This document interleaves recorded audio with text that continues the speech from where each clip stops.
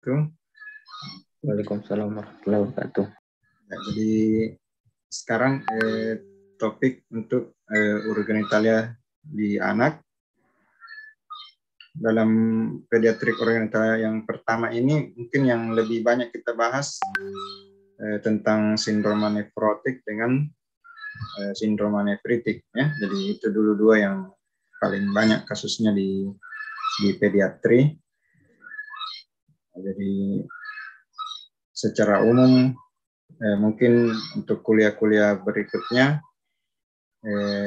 nanti digabung di pediatrik urogenitalia sistem yang kedua.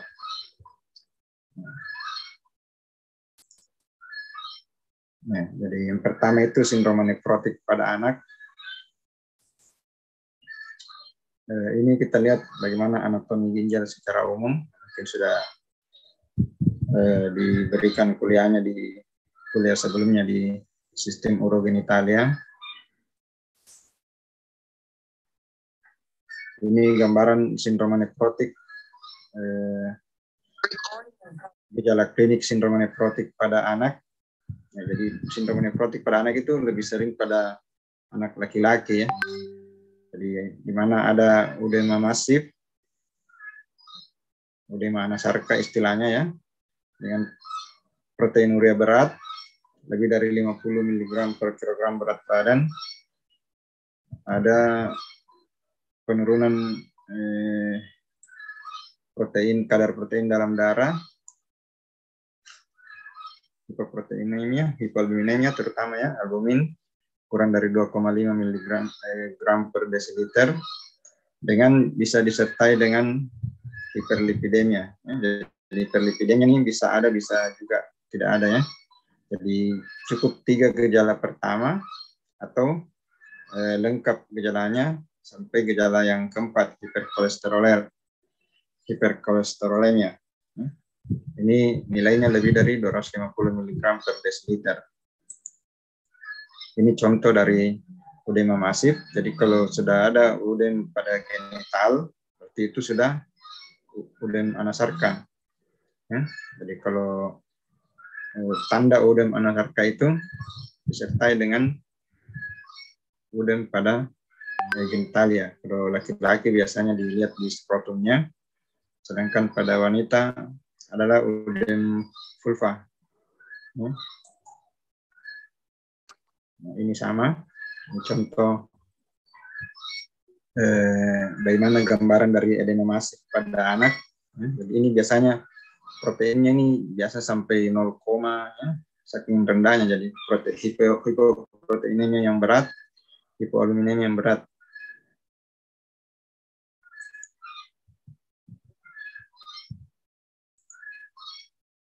Nah, ini contohnya ya.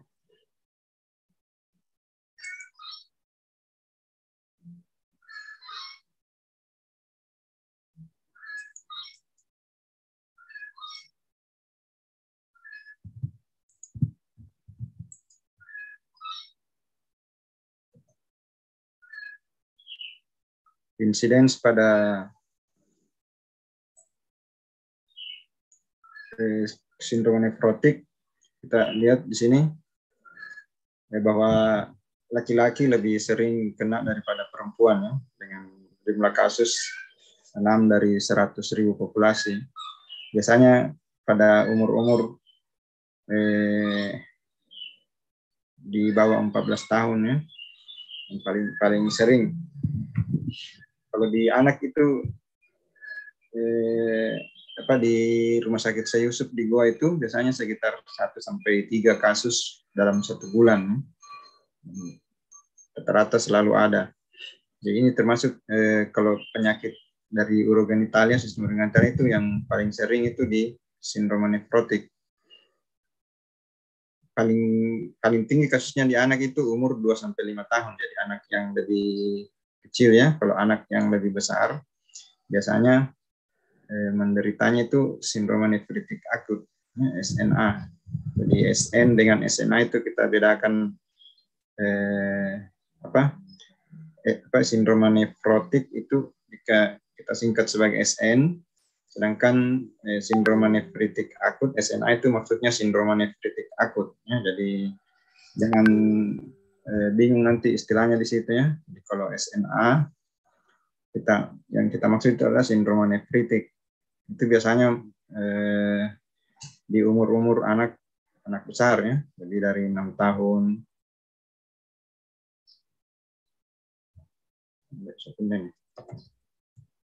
Penyebabnya itu lebih sering idiopatik, biasanya sekunder dari DM, diabetes mellitus pada anak. Ini yang penyebab sekunder yang paling sering. Nah, sementara ada teori juga mengatakan bahwa ada faktor-faktor genetik yang berpengaruh, misalnya mutasi pada kromosom 19, ya, allele antigen, dan faktor predisposisi itu alergi. Faktor predisposisi awal ya. Klasifikasi histopatologik biasanya didapatkan lebih sering pada histopatologik normal kalau dilakukan pemeriksaan biopsi, atau bisa juga didapatkan mesangial glomerulonefritis. Tapi ini kita masih jarang lakukan pemeriksaan biopsi histopatologik karena rata-rata didiagnosis berdasarkan gejala klinis dengan pemeriksaan laboratorium. Beberapa klasifikasi lain, misalnya fokal segmental, glomerulonefritis fokal segmental, atau glomerulonefritis yang proliferatif, atau yang tipe membranus. Ini semua didapatkan dari hasil histopatologi. Patomekanismenya ada dua teori, ya, jadi teori SAAC atau soluble antigen antibody complex, jadi ikatan antara antigen antibody yang menyebabkan kerusakan glomerulus. Ya. Atau teori yang kedua itu ada yang mengatakan penyebab utamanya adalah elektrokemik. Nah, jadi soluble antigen antibody itu ya biasanya diawali dengan infeksi saluran kemih, ya. Bisa diawali dengan infeksi streptococcus. Nah, akibatnya imunoglobulin dan antigen itu membentuk ikatan, ya. Akhirnya terjebak dalam membrana basalis glomerulus, bentuk deposit. Nah, ini akan mengaktifasi komplemen, akhirnya terbentuk imun kompleks di membrana basalis glomerulus. Nah, ini yang menyebabkan gejala-gejala pada penyakit ginjal akhirnya. Ya. Manifestasi klinik, nah ini tadi yang berdasarkan pemeriksaan histopatologik, ya. Yang paling sering adalah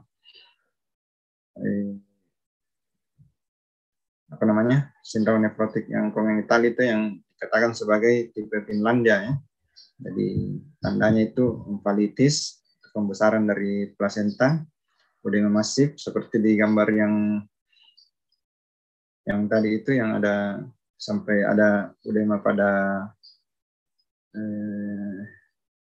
udema genital, ya. Tadi ada mutasi genetik pada kromosom 19. Bisa juga sindrom nefrotik sensitif steroid.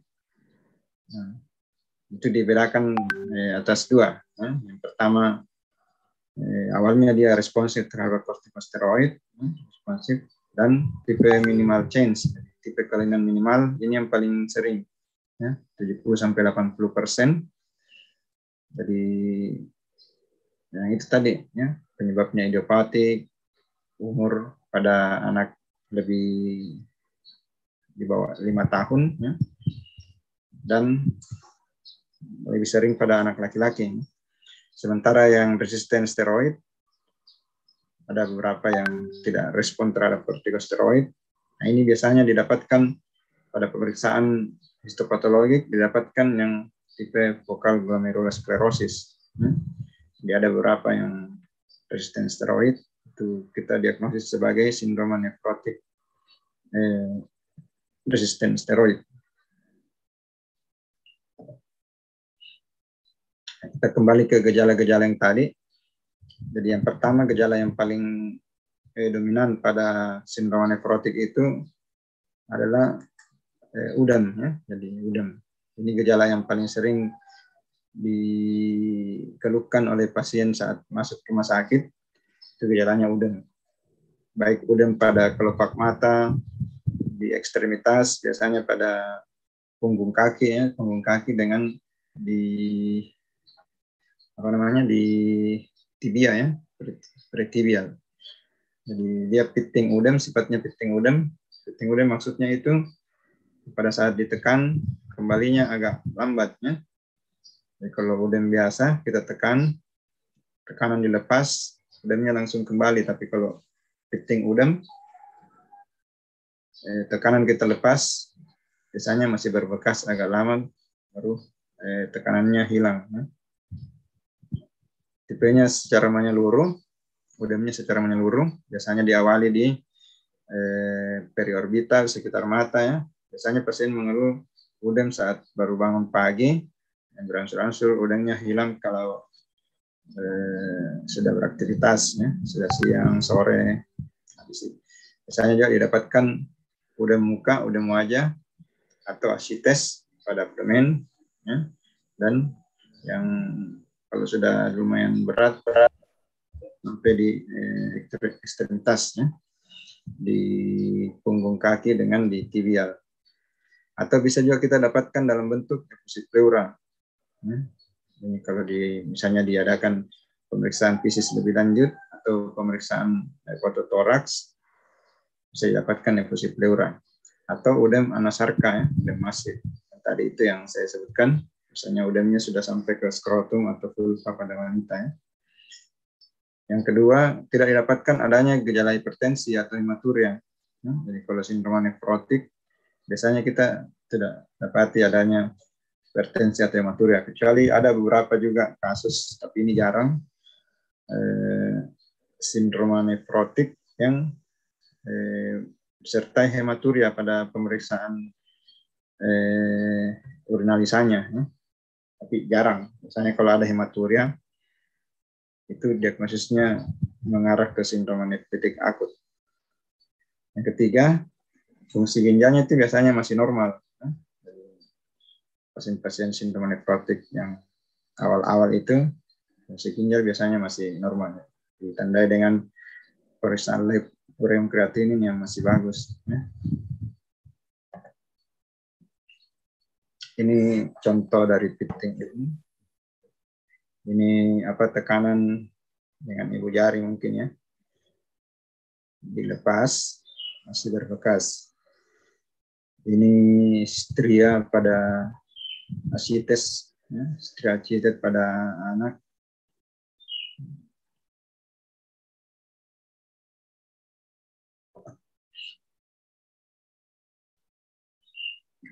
Terapi pada sindrom nefrotik. Jadi dia tidak ada pengobatan. Kalau kelas 1 dan kelas 2 itu tidak ada terapi tidak ada terapi spesifik, ya. Yang tadi itu yang kelas yang di slide sebelumnya, dia kita terapi secara simptomatik saja, ya. Jadi apa keluhannya, misalnya udem, ya, kita kasih istirahat dulu. Jadi istirahat misalnya di udem tungkai, ya, dikurangi aktivitas, tidak ada terapi spesial. Sedangkan kelas yang 3-5 itu tadi ada terapi spesifik berupa kortikosteroid, ya. Tetap simptomatik diberi terapi, tapi sudah harus masuk ke pemberian kortikosteroid sebagai imunosupresif.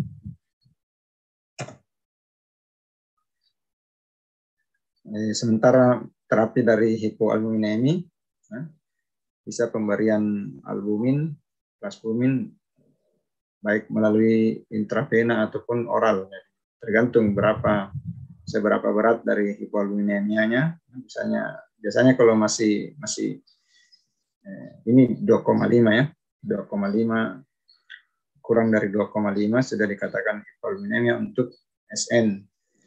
Yang biasa kita terapi itu yang kurang dari 2 gram terapi intravena. Tapi kalau misalnya masih berkisar 2 sampai 2,5, mungkin bisa dengan terapi oral ya, misalnya obat-obat oral atau pemberian edukasi untuk memperbanyak konsumsi makanan yang mengandung albumin ya, dan misalnya ikan-ikan sungai terutama ya. Yang kedua misalnya ada demam, nyeri abdomen, ini antibiotik indikasinya agak ketat ya kalau di sindrom nefrotik, betul-betul nanti pasiennya demam berhari-hari atau dari hasil pemeriksaan leukosit yang hiperleukositosis atau leukositosis, baru kita pikirkan untuk pemberian antibiotik. Indikasi diuretik, ya misalnya furosemid, ya. Kalau udemnya itu berat, ya. Misalnya sampai bisa menyebabkan disnu, sesak, ya. Jadi tekanan dari udem menyebabkan pasien agak berat untuk bernapas, kita indikasikan diuretik pada keadaan tersebut. Tapi kalau misalnya udemnya masih agak ringan ya, sampai di dorsum pedis atau pretibial, biasanya dengan kortikosteroid udemnya akan hilang sendiri. Sementara terapi spesifik, kortikosteroid tadi ya, itu kita ikuti protokol dari ISKDC untuk anak kita, terutama di Makassar. Unhas kita pakai protokol dari ISKDC, karena ada beberapa protokol yang dipakai, tapi di Indonesia IDAI, terutama IDAI, kita sepakat yang paling sesuai dengan kondisi kita di Indonesia itu kita pakai ISKDC. Jadi terapinya, protokolnya itu ISKDC 4 minggu pertama. Ya, ini pada saat diagnosis ditegakkan ya. Jadi saat kita tegakkan diagnosis di sini, berdasarkan 4 gejala tadi ya, udem, hipoalbuminemi, proteinuri dengan bisa disertai atau tidak dengan hiperkolesterolemi. Pada saat diagnosis sudah diagnosis sudah ditegakkan, kita mulai berhitung di sini 4 pekan ya. 4 pekan pemberian steroid. Di kita itu boleh prednison, boleh metilprednisolon ya. Jadi tergantung ketersediaan obat yang ada di masing-masing center. Jadi misalnya di tempat kita ada prednison ya, kita pakai prednison. Kalau ada yang metilprednisolon, kita pakai metilprednisolon. Bedanya itu kan di sediaan saja, ada 4 mg untuk metil. Kalau prednison biasanya 5 mg. Jadi kita pakai selama 4 pekan. 4 pekan diberikan dosis continuous dose ya, continuous dose sampai terjadi remisi. Nah, setelah terjadi remisi, dosisnya kita turunkan ya, dengan pemberian alternating dose atau intermittent dose. Jadi ini alternating, JD ini intermittent dose. Itu selama 4 pekan juga sampai tercapai remisi. Nah, setelah tercapai remisi, baru dosisnya di tapering off, diturunkan bisa sampai 1 sampai 2 tahun. Tergantung gejala yang muncul selama remisi tersebut. Ya, jadi continuous dose itu maksudnya tiap hari minum steroid selama 4 pekan. Jadi dosisnya itu 2 mg per kilogram berat badan, maksimalnya itu 60 mg dosis maksimal. Ya. Kalau alternating dose atau intermittent dose itu maksudnya tidak minum tiap hari. Ya. Jadi kalau sudah tercapai remisi itu pemeriksaan proteinuri 3 hari berturut-turut positif 2 ke bawah ya. Jadi, definisi remisi itu pemeriksaan protein urinnya itu positif 2 ke bawah. Jadi sudah tidak pernah positif 3 dalam 3 hari berturut-turut. Jadi misalnya pasien minum 4 pekan steroid ya, dengan dosis continuous dose setiap hari minum dengan dosis 2 mg per kilogram berat badan. Setelah pekan keempat kita periksa urin selama 3 hari berturut-turut, sudah positif 2 ke bawah, tidak pernah positif 3 ke atas, berarti itu sudah tercapai remisi, maka kita beralih ke dosis alternating atau intermittent. Alternating atau intermittent ini maksudnya minumnya selang-seling, ya, jadi tidak minum tiap hari. Misalnya Senin minum, Selasa tidak, Rabu minum, Kamis tidak, ya, sampai jadi totalnya itu 4 hari minum dalam sepekan, 3 hari tidak minum. Ya. Itu kalau alternating. Kalau intermittent, maksudnya 4 hari minum setiap hari ya, 3 hari minum, 3 hari tidak minum. Jadi 4 hari minum, 3 hari tidak minum. Jadi biasanya kita lebih pilih yang selang-seling, ya, lebih gampang, pasien lebih gampang ingat. Kalau hari ini minum, besok tidak, ya. Itu selama 4 pekan. Sampai terjadi remisi juga, ya. Kita terjadi remisi, baru kita tapering, ya. Ada kasus juga yang tidak terjadi remisi, sudah 4 pekan minum prednison atau steroid, diperiksa urin 3 hari berturut-turut, ternyata masih positif 3, berarti dia tidak remisi. Nah, pada kasus begini, continuous dose-nya ini kita lanjutkan 4 pekan lagi. Jadi ada istilahnya continuous dose kedua. Ya. Jadi dia belum turun dosisnya di sini. Masih lanjut dulu 4 pekan, periksa lagi kembali. Nah, kalau remisi ya pindah ke dosis alternating. Alternating dose ini 2/3 dari dosis continuous dose tadi ya. Jadi 2/3 dari 2 mg per kilogram berat badan. Kalau masih tidak remisi, misalnya sudah 2 kali continuous dose, pertama, kedua masih tidak remisi, nah itu yang sudah masuk dalam kategori diagnosis SN, sindroma nefrotik yang resisten steroid. Ya, itu maksudnya di situ.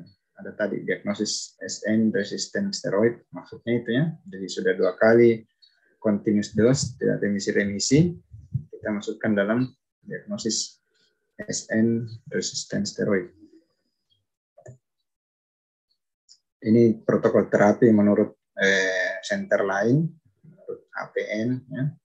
Ini kita tidak pakai di Indonesia karena menurut penelitian, beberapa penelitian di center-center di Indonesia, lebih cocok kita pakai yang ISKDN tadi.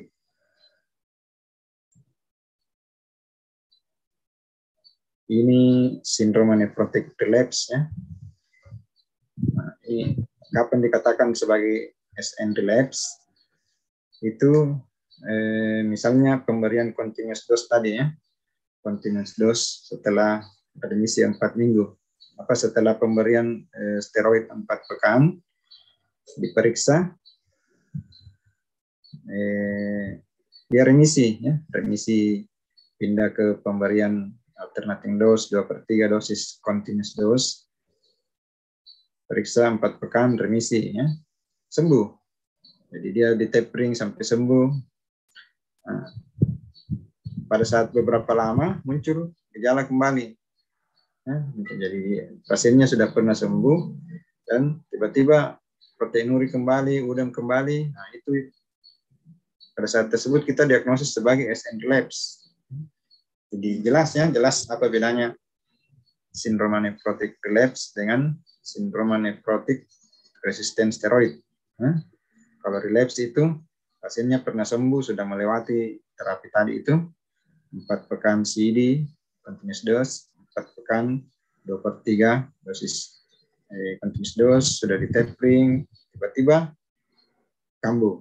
Ya, udahnya muncul kembali, proteinuri muncul kembali, itu SN relapse. Kalau SN resistant steroid, dia masih di sini ya, masih di continuous dose, periksa urin 3 hari berturut-turut, remisi, diulang continuous dose, periksa lagi urin 3 kali berturut-turut, belum remisi. Nah, itu namanya sindrom nefrotik resistant steroid.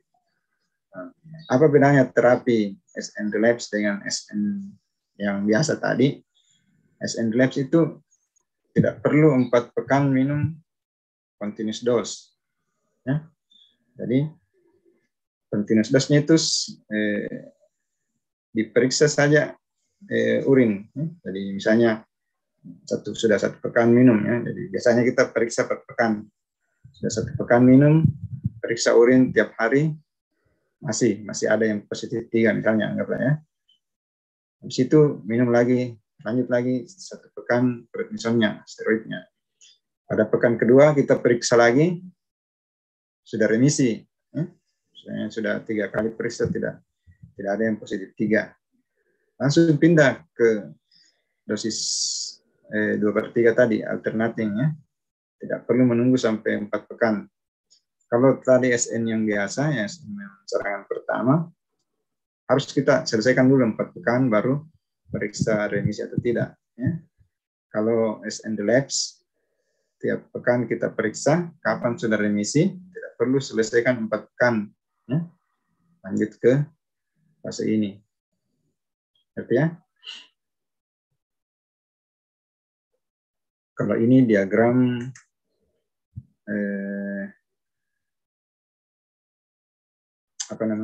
pemberian terapi tadi, ya, sindrom nefrotik yang relapse atau yang dependent steroid. Nah, ini tadi bagaimana prednison diberikan sampai remisi, diturunkan dosisnya. Ini alternating dose maksudnya, ya. Kalau sudah terjadi dependent steroid itu maksudnya tergantung sama steroid, ya. Tidak bisa sembuh, karena ada tadi dosis yang apa istilahnya, yang tapering, ya, yang tapering off, yang diturunkan dosisnya. Dia tidak bisa di tapering atau diturunkan dosis langsung muncul gejala. Jadi dia betul-betul tergantung sama steroid. Jadi dia relapse-nya muncul selalu, ya. Nah, ini terapinya di sini, diberikan pemberian CPA 2-3 minggu per kilogram berat badan, 2-3 mg per kilogram berat badan selama 8-12 minggu, ya. Jadi kalau masih relapse lagi di sini, diberikan dengan dikombinasi dengan prednison standar, ya, dengan dosis 0,5 mg per kilogram berat badan. Kalau masih relapse, terpaksa masuk ke siklosporin. Tapi ini bagiannya untuk, biasanya kita sudah konsul juga ke konsulen yang lebih ini, ya, di konsulen ginjal anak, karena pemberian obat ini harus dipantau dengan monitor segala, ya. Jadi tidak bisa kita berikan ini tanpa pemantauan yang ketat.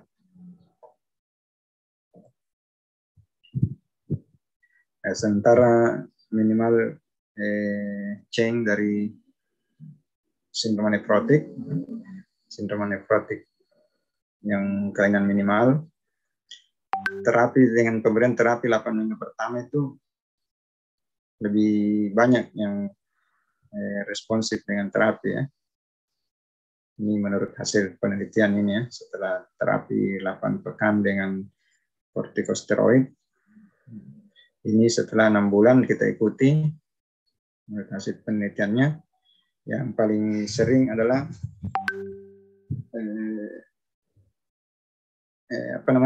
relapse yang frekuen dengan yang tidak relapse. Jadi ada beberapa kasus yang memang relapse, tapi banyak juga yang sembuh.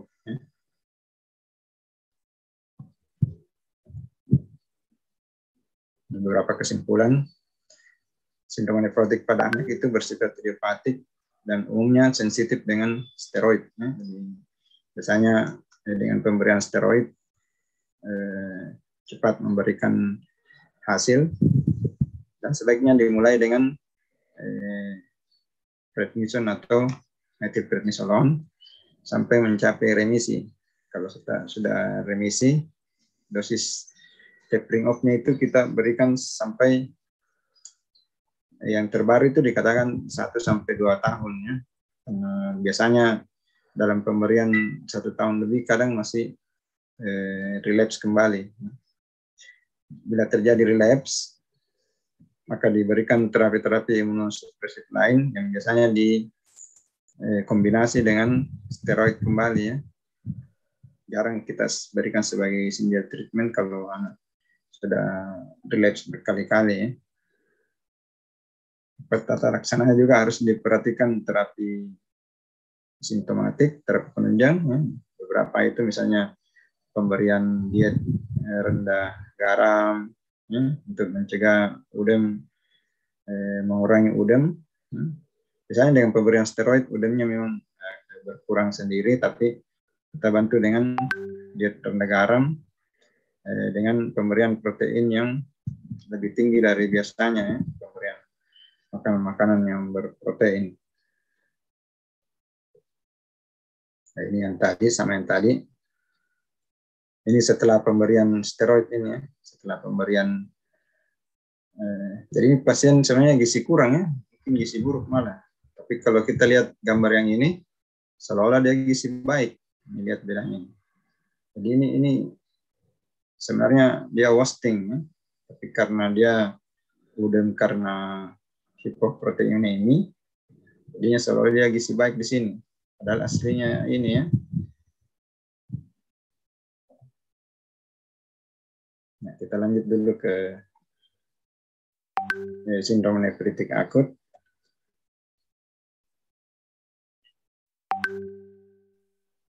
Nah, ini makalah tentang sindrom nefritik akut. Tapi yang paling sering kita temukan di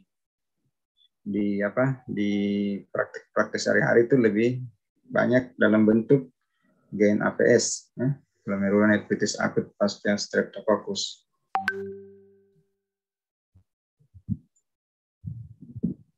Nah, ini yang saya sebutkan tadi. GNA itu glomerulonefritis akut. Ya. Sebenarnya gejala klinisnya SNA dengan GNA itu mirip. Ya. Sama ya. SNA dengan GNA itu sama klinisnya. Jadi sindrom nefritik akut itu kumpulan gejala berupa proteinuri, hematuri, azotemi dengan torak eritrosit, ya, red blood count, dengan disertai oligouri dan hipertensi. Kalau kita singkat gejalanya ini, kita dapatkan singkatan PARO ya. Sementara GNA itu yang lebih sering karena pasca streptococcus, sebenarnya bagian dari sindrom nefritik akut. Jadi gejalanya sama. Hanya karena GNA itu kita pastikan penyebabnya karena streptococcus, nah, akhirnya didiagnosis sebagai GNAPS. Jadi kalau belum terdiagnosis penyebab pastinya apakah karena streptococcus atau bukan, maka kita diagnosis sebagai SNA ya. Kalau sudah kita pastikan apakah dia diawali oleh infeksi streptococcus sebelumnya, nah, maka diagnosisnya berubah menjadi GNAPS.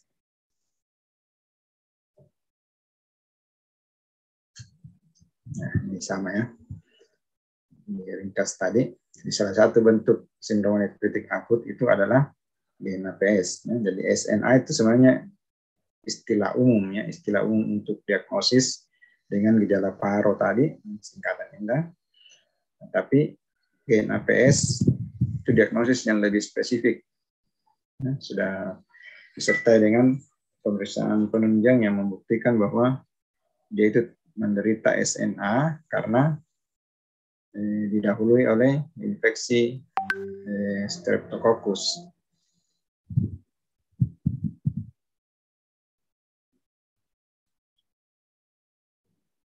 Nah, apa-apa saja penyebab dan gejala klinis dari GNAPS. Yang pertama itu proliferasi dan inflamasi dari glomerulus. Bisa dipicu oleh mekanisme imunologik. Jadi dia sekunder terjadi karena adanya didahului oleh mekanisme imunologi.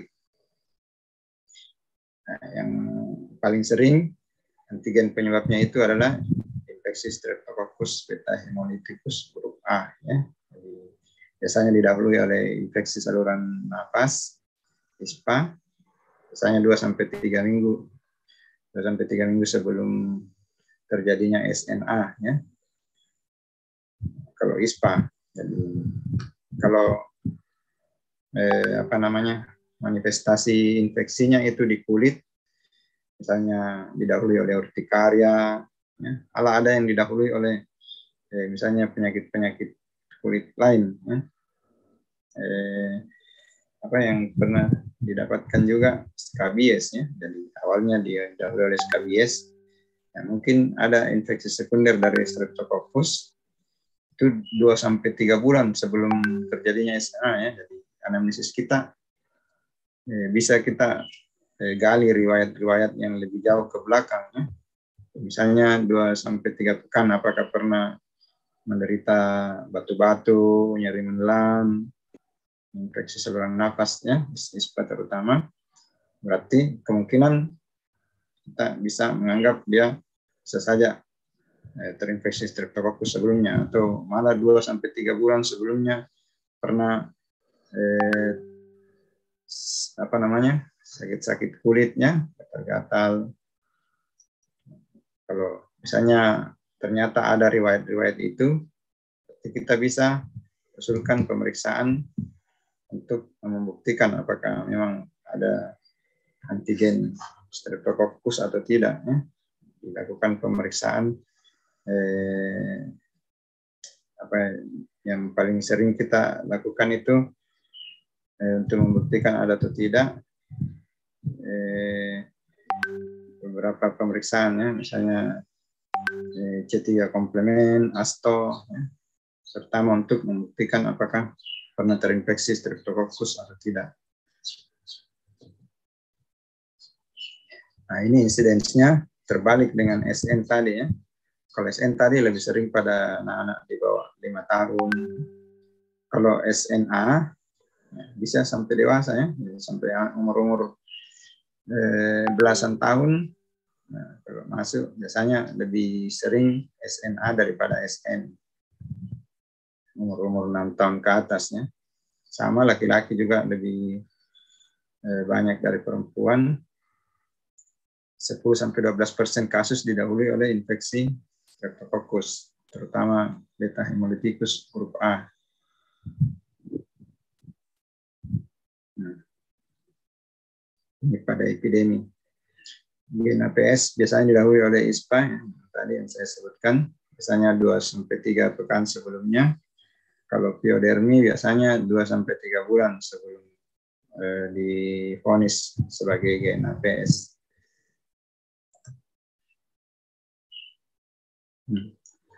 Etiologi yang paling sering, yang ini, ya, Streptococcus grup A, hematitis grup A, itu yang tipe M. Kan ada banyak tipe.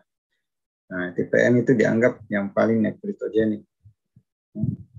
Yang ini menurut hasil penelitian, ya. Biasanya gejalanya di faringitis atau ISPA.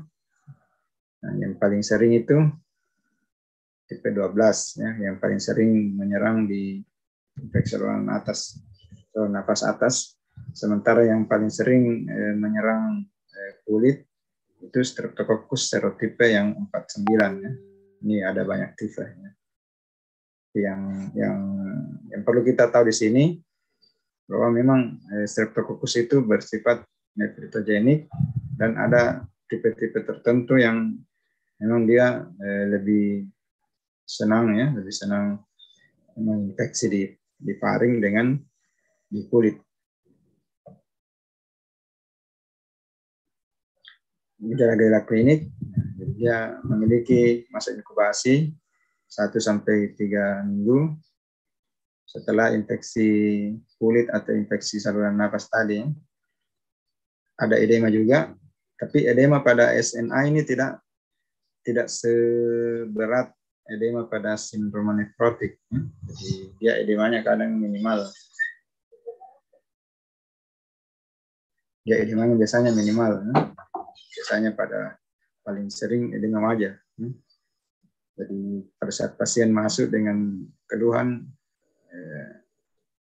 matanya bengkak dok, misalnya begitu ya, matanya bengkak saat bangun tidur, sudah 3 hari ini dok bangun tidur matanya selalu bengkak, siang-siang bengkaknya hilang ya, itu belum bisa kita pastikan apakah SN atau SNA ya, karena gejala itu bisa di dua diagnosis tadi, dia bisa saja SN, bisa saja SNA ya.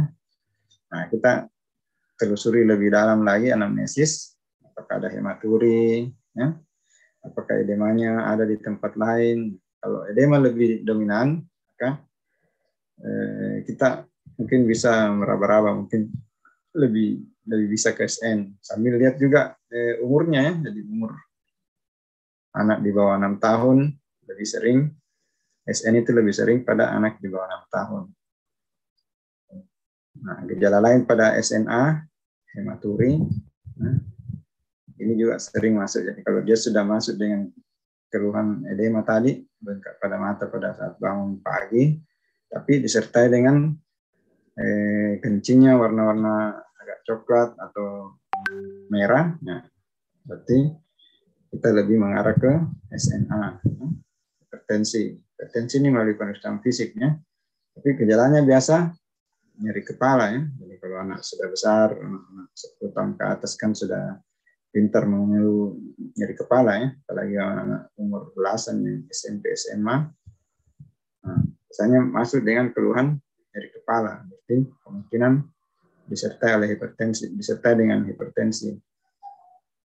Nah, terus oligouri, jadi mengeluh frekuensi miksinya berkurang jumlah urinnya, bisa saja mengarah ke SNA. Ini gejala-gejala lain. Sambil kita lakukan pemeriksaan laboratorium. Pemeriksaan laboratorium tetap kita lakukan sebaiknya lengkap yang tadi ya. Protein urin lengkap, rutin, pemeriksaan darah, albumin darah, untuk melihat hipovolemia atau tidak. Pertama itu dengan kolesterol darah ya. Kolesterol. Nah, ini sama tadi penjelasannya. Jadi hematuri, dia mengeluh kencingnya warna kemerahan atau seperti air cucian daging. Ini untuk memudahkan saja bagi pasien atau pengantarnya, ibunya. Atau kalau anak-anak lebih ini mungkin biasanya kita tanya mirip Coca-Cola tidak ya?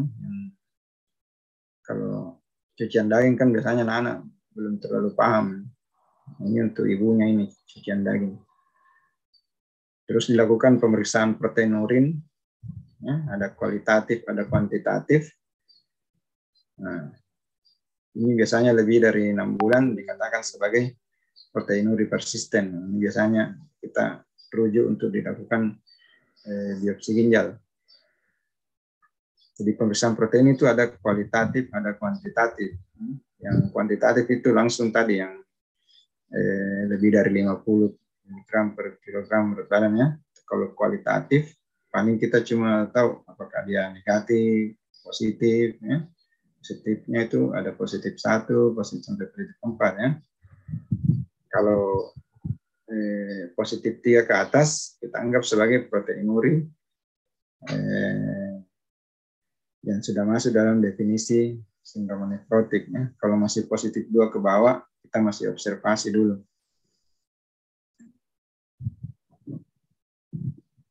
Pada pemeriksaan darah, bisa dilakukan beberapa. Ini titer asto untuk membuktikan tadi apakah pasiennya pernah menderita infeksi Streptococcus ya, atau tidak.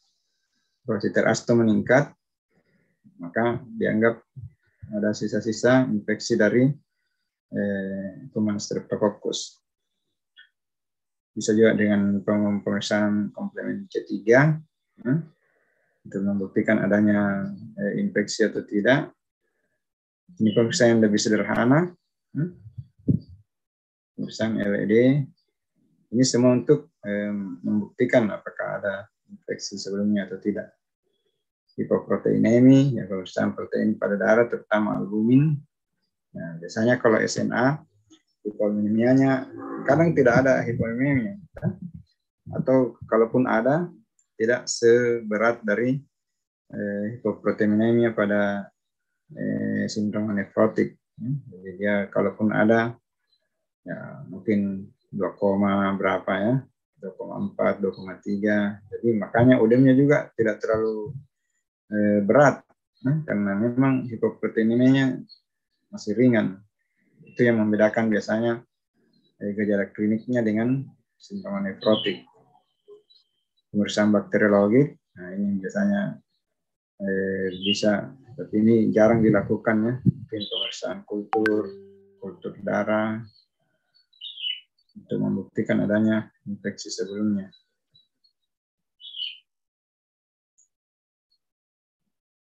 Di diagnosis gen APS bila memenuhi gejala-gejala ya, hematuri, ya.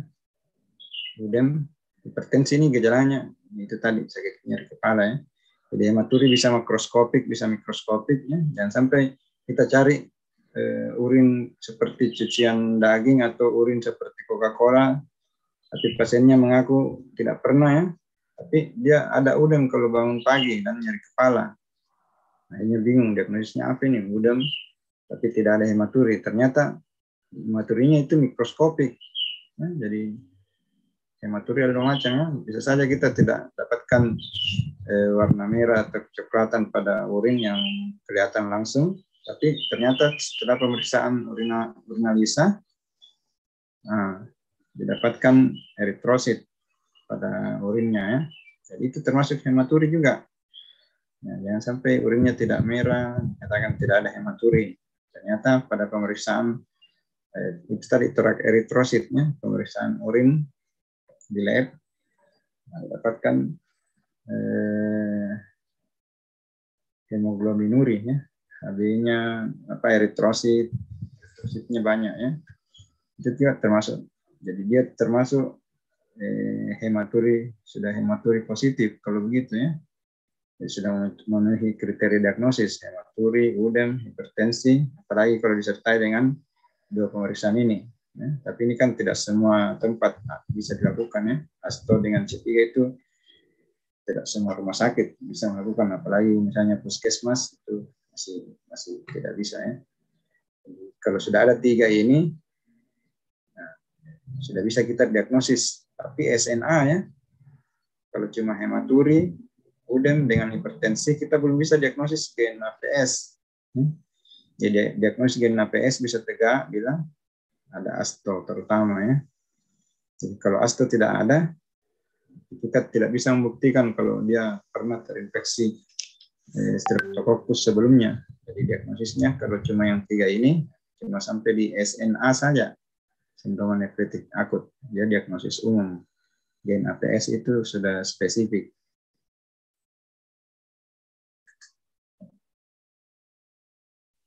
Ini cuma gambar ilustrasi saja ya. Ini keluhan udem pada pagi hari biasanya begini. Misalnya pada hari pertama, kedua mungkin anaknya masih menganggap mungkin cuma bengkak biasa ini baru bangun tidur. Tapi kalau sudah 3 hari, 4 hari ya, atau apalagi kalau orang tuanya lihat, biasanya baru dibawa ke rumah sakit. Kalau hari pertama, kedua mungkin paling menganggap ada yang gigit kah atau bengkak karena baru bangun memang. Ya. Kecuali kalau udemnya disertai di tempat lain ya, misalnya langsung dia bawa. Atau urinnya langsung warna kemerahan, misalnya langsung bawa. Tapi kalau masih gejala udem begini saja, misalnya paling dibawa di hari-hari keempat, kelima begitu ya.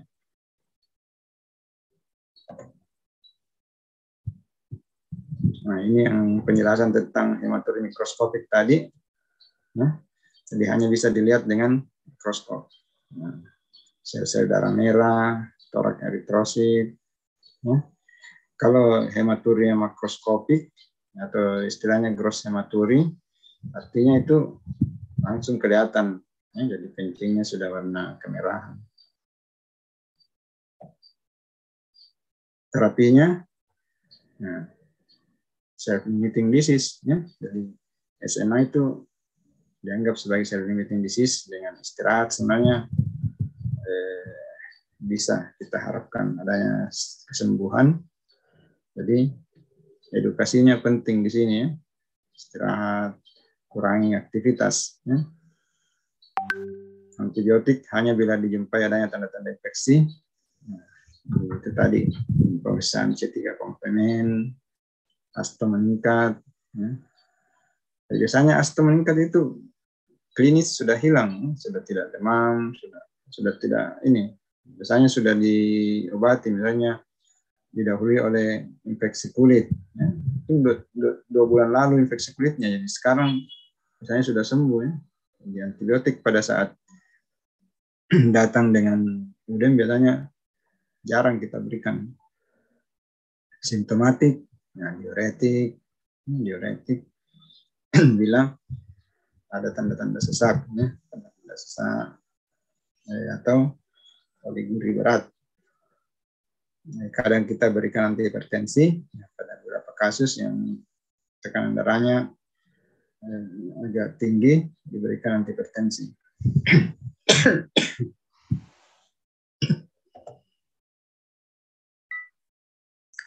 Beberapa komplikasi, hipertensi encefalopati, ya, penurunan kesadaran yang disertai hipertensi, kemudian paru, sesak. Ya. Ini dilakukan pemeriksaan fototoraks, mungkin bisa didapatkan adanya udang paru. Atau shock, ya, shock karena hipoalbuminemi yang berat. Ada sampai pasien kadang sampai 0, ininya, ya, sampai 0, sekian albuminnya. Padahal normalnya kan 2,5 sampai 4. Ya. Jadi di bawah 2 saja itu sudah hipoalbuminemi. Komplikasi yang paling ini bisa terjadi gagal ginjal. Prognosisnya, ya, SMA itu lebih ini prognosisnya dibanding SN. Ya, baru dikatakan jelek kalau sudah muncul komplikasi yang tadi, ya. Nah, ini cuma penjelasan tambahan bagaimana terjadinya udem, ya, mungkin sudah kita dapatkan kuliahnya juga, ya. Jadi volume interstisial yang melakukan ekspansi, ya, jadi biar keluar dari tempatnya, peningkatan cairan ekstraseluler dan pompa natrium yang mengalami perubahan. Ya. Nah, ini juga beberapa penyebab dari udem. Jadi apa namanya, dari albumin proteinuria tadi, ya, albuminuria akhirnya menyebabkan hipoalbuminemi. Nah, ujung-ujungnya udem, ya. Jadi sudah dari sini dapat lagi dari sini, ya. Jadi, makanya udemnya itu biasanya berat, ya, karena kelainan glomerulus kan kayak pagar, ya, kayak saringannya sudah bermasalah, akhirnya yang tidak seharusnya lolos itu lolos semua. Albumin kan seharusnya tertahan di glomerulus, akhirnya lolos, menyebabkan albuminuri, hipoalbuminemi pada pemeriksaan darah. Kemudian selain itu kelainan glomerulus bisa juga menyebabkan retensi natrium, ya. Akhirnya volume plasma turun, itu juga ujung-ujungnya udem. Nah, jadi udem bisa disebabkan karena 2 jalur, ya, 2 jalur penyebab. Ini sama, ya. Nah, ini lebih dispesifikkan lagi, ya. Kenapa hipoalbuminemi itu menyebabkan udem? Karena tekanan kortikosteroid yang menurun, sehingga volume plasma menurun, terjadi retensi natrium. Ini sama juga, ya, bagaimana udem itu bisa terjadi, ya, nanti dipelajari. sama ya. Hipovolemi, albuminuria berat, menyebabkan tekanan onklotik yang berkurang, ujung-ujungnya udem juga ya. Ini kan udem menjadi gejala utama ya, terutama pada sindrom nefrotik. Ini cuma dijelaskan kenapa hipovolemi dan kenapa bisa terjadi udem. Hipovolemi akhirnya menyebabkan udem juga. Itu yang biasanya pasien jelek kaunya kalau sudah dalam keadaan shock hipovolemi.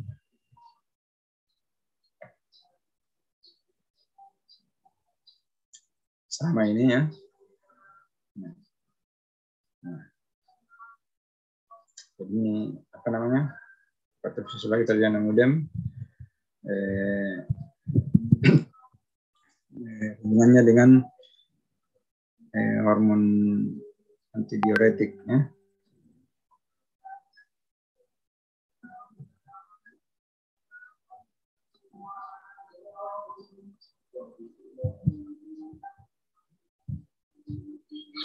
Ya, mungkin itu saja ya. Jadi atau ada pertanyaan dulu ya.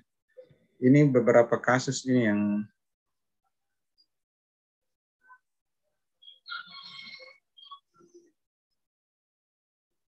mungkin bisa kita bahas ini kasusnya. Atau kalau ada yang mau bertanya dulu bisa. Sebelum kita bahas ini, saya persilahkan kalau ada yang ingin ditanyakan.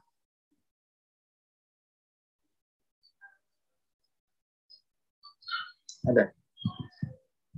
Buka mic saja kalau ada yang mau ditanyakan. Halo.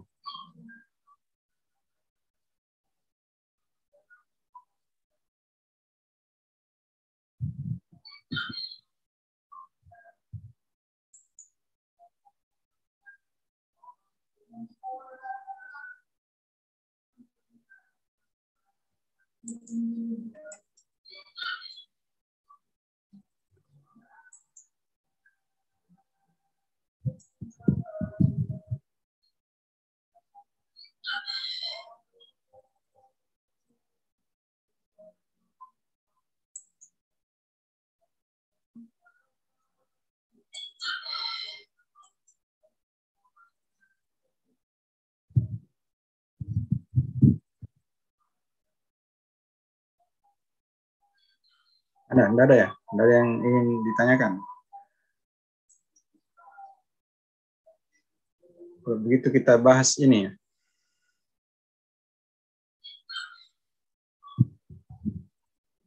Bagaimana caranya kembalikan ini?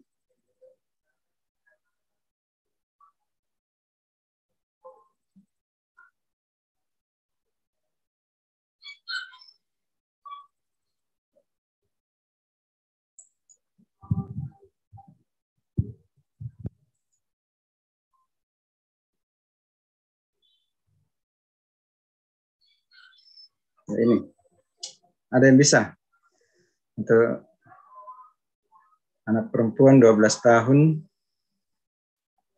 masuk dengan sakit nyeri kepala, muntah-muntah 1 minggu sebelum masuk rumah sakit. 3 hari sebelumnya anak juga mengeluh kencing berwarna merah. Nah, jadi sudah bisa ditebak ya mengarah kemana diagnosisnya ini. Ini sudah ada gambaran sedikitnya. Kalau keluhannya nyeri kepala, yang muntah-muntahnya itu bisa karena hipertensi tadi ya. Nyeri kepala ini bisa gejala dari hipertensi semua, nyeri kepala, muntah-muntah, apalagi sudah ada kencing berwarna merah sebelumnya. Jadi apa anamnesis yang bisa kita tanyakan lagi untuk eksplorasi lebih lanjut? Tapi dok, izin menjawab dok. Jadi ya, adapun anamnesis yang perlu ditanyakan itu, apakah si anak pernah menderita ISPA atau piodermi? ISPA-nya itu apakah pernah diderita dari 2 atau 3 minggu yang lalu sebelumnya, atau piodermi 2-3 bulan sebelumnya dok? Atau ada riwayat faringitis atau infeksi virus lain, bakteri lainnya dok? Nah, ada lagi? Ada lagi pertanyaan lain? Ya, sudah betul itu. Jadi apakah riwayat itu kan tujuannya untuk mengetahui ada infeksi Streptococcus ya, apakah lewat infeksi saluran nafas atau infeksi kulit. Ada anamnesis lain lagi yang kira-kira bisa ditanyakan lagi? Ada yang penting juga ditanya. Apa kira-kira? Yang masih yang lain? Udemnya. Apakah anaknya bengkak waktu matanya bengkak waktu bangun tidur atau mukanya bengkak saat bangun? Ya, tetap ditanya. Jadi ini kalau begini keterangan awal ya, memang sudah kemungkinan besar mengarah ke sindroma nefritik ya, SNA. Tapi kan kita masih tetap eksplorasi, bisa saja masih tidak menutup kemungkinan ada SN-nya ya. SN juga bisa hematuri ya. Jadi tergantung nanti kalau hasil pemeriksaan lab terutama ya. Kalau proteinnya rendah sekali ya, protein pada pemeriksaan protein dalam darah itu hipoalbuminemia berat, bisa saja. Jadi kalau SN kan SN kita harus berikan terapi steroid ya. Jadi kalau misalnya SNA saja itu tidak indikasi untuk pemberian steroid. Jadi penting kita exclude apakah dia ini SN atau tidak dulu ya. Jangan sampai SN dan kita tidak berikan steroid yang sudah indikasi sebenarnya pemberian kortikosteroid tapi kita tidak berikan. Maka dia bisa gejalanya memanjang ya. Tetap ditanyakan apakah ada udem atau tidak, pemberian konsumsi makanannya bagaimana ya, apakah kurang protein dengan asupan garam sebelumnya ya, pemberian protein apakah sudah sesuai standar atau kurang proteinnya ya. Apa yang kita periksakan setelah didiagnosis, apa yang kita anjurkan untuk pemeriksaan penunjang? Ada yang bisa kasih masukan? Apa saja yang harus diperiksa? KB dok, pemeriksaan urin dan darahnya dok. KB. Nah, di darah apa saja? Kalau dilakukan pemeriksaan, apa yang penting kita order, periksakan? KB dok, salah satunya titer asto. KB dok. Asto, apa lagi? Asto, ya betul. KB dok, kadar C3 dan LED dok. Ada. 3 LED, apa lagi? Ya itu tadi ya. Nah, protein, albumin ya, itu yang pertama dulu. Albumin darah, kolesterol. Nah, terus diikuti tadi C3, asto dengan LED ya, kalau ada. Jangan lupa pemeriksaan ureum kreatinin juga ya. Jadi kalau kita periksakan misalnya C3, asto sekalian supaya satu kali ambil sampel dengan ureum kreatinin untuk mengetahui apakah sudah ada gejala lebih jauh ya ke renal failure atau tidak, supaya kita ambil sampelnya sekalian satu kali untuk mengurangi invasif, mengurangi tindakan invasif ke pasiennya. Jadi diagnosisnya kemungkinan apa ini? Sambil tunggu hasil pemeriksaan lab, kemungkinan besar ya SNA atau GNAPS ya, tergantung hasil pemeriksaan dari pemeriksaan laboratorium.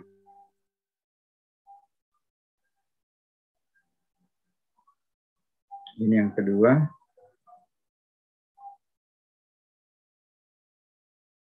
Kasus yang kedua ini ya. Laki-laki 6 tahun, mirip ya, kencing berwarna merah.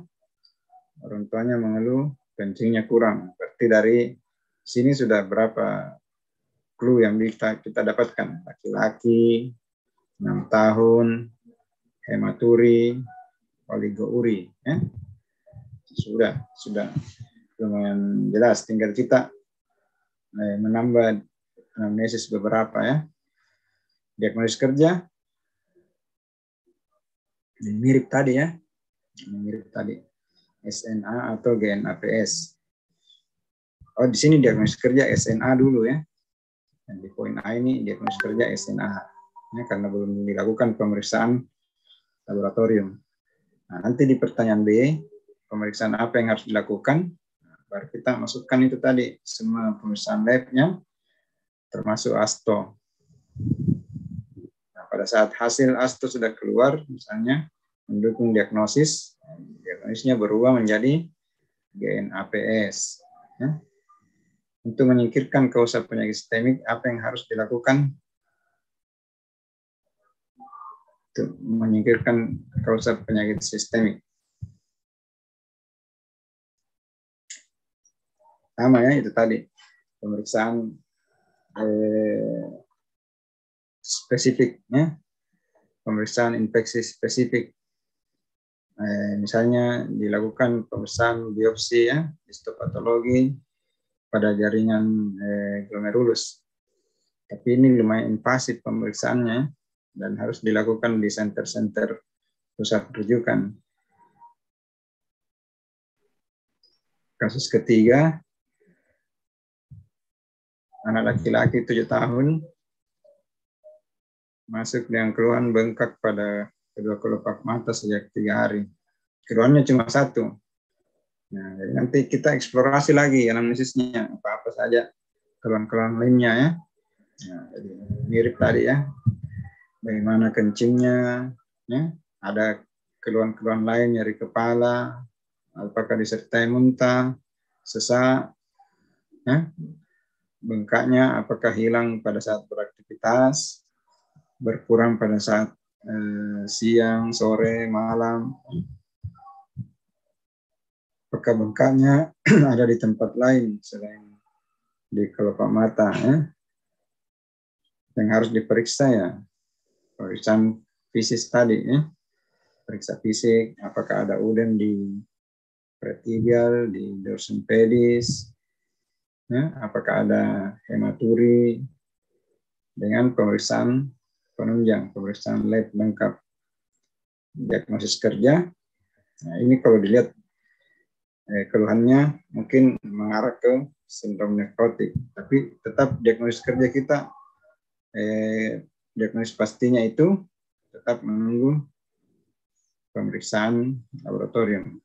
Jadi sindrom nefrotik, sindrom nefritik akut ini diagnosis laboratorium ya. Kita tidak bisa terlalu memastikan diagnosis, terutama pada sindrom nefrotik. Ya. Itu diagnosis laboratorium lebih menonjol. Ya. Hasil protein urin dengan protein darah ya, mendukung diagnosis. Tidak bisa kita diagnosis sindrom nefrotik kalau tidak ada hasil protein urin dengan hasil albumin darah.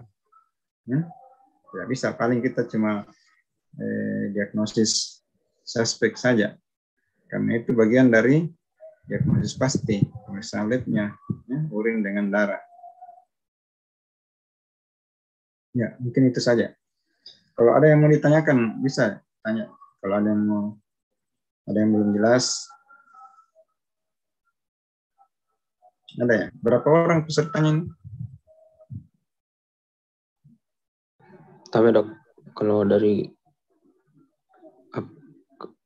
absennya juga belum ada dok, jadi belum ada jumlah pastinya dok. Tapi yang ini angkatan satu angkatan atau?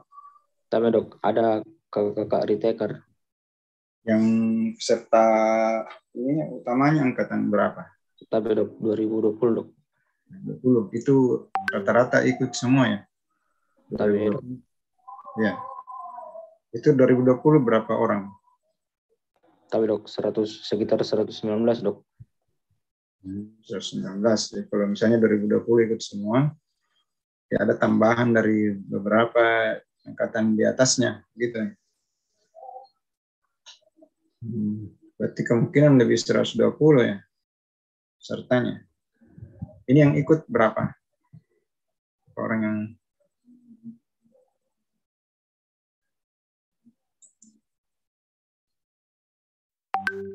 mana kayaknya?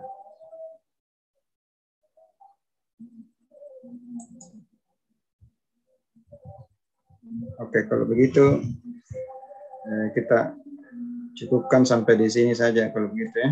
Insyaallah kalau ada kesempatan besok jadwalnya untuk kuliah Urogenitalia anak yang kedua ya. Tapi dok. Ya. Mohon maaf sebelumnya dok. Sekiranya diizinkan boleh saya minta PPT dok. Saya kirim kemana? Tapi kalau keluar saya jarang pakai laptop Zoom.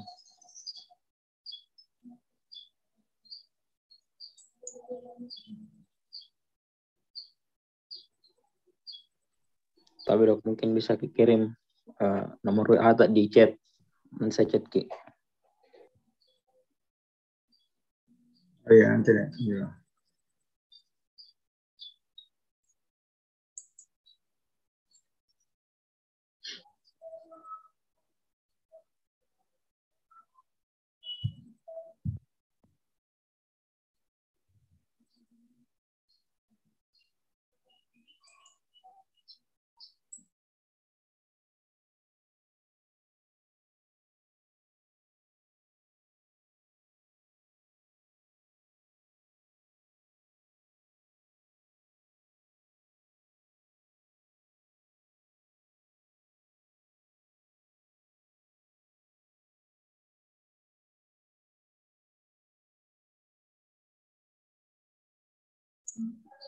Ya nanti lewat WA saja deh ya. Tapi ya dok. Siapa yang satu orang saja ya? Yasir ya? Tapi ya dok. Ya kalau begitu saya live Zoom saja ya. Assalamualaikum warahmatullahi wabarakatuh. Waalaikumsalam warahmatullahi wabarakatuh. Waalaikumsalam warahmatullahi wabarakatuh. Dok, terima kasih banyak dok. Dok, terima kasih banyak.